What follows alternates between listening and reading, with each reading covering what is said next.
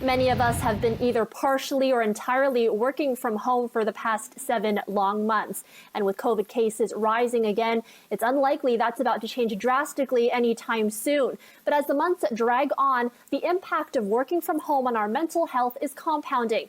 And according to one study, despite instability, it's driving many Canadians to consider quitting their jobs altogether. And you've got about half of employees who are seriously considering leaving their role and leaving their company within the next 3 months. That statistic coming from the annual Hayes Salary Guide completed this past August. Employees across the country reported feeling isolated, overworked, and underappreciated. At the start of the pandemic, employees were happy to just have a job. Layoffs happened. 3 million Canadians were out of work, and that was very sad. But as time has progressed, and the work of these laid off employees has had to be picked up by other staff members, people are thinking, hang on a second, I'm doing the work that this person used to do. I'm still paid the same amount of money. What's going on here?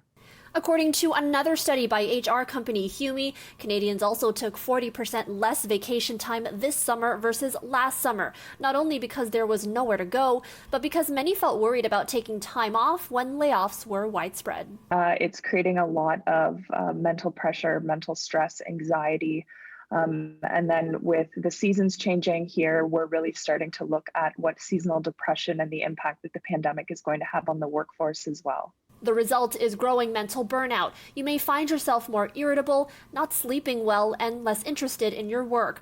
But before you hand in your resignation, O'Rourke says communication between you and your employer is key. And yes, you can ask for a raise if you feel it's warranted.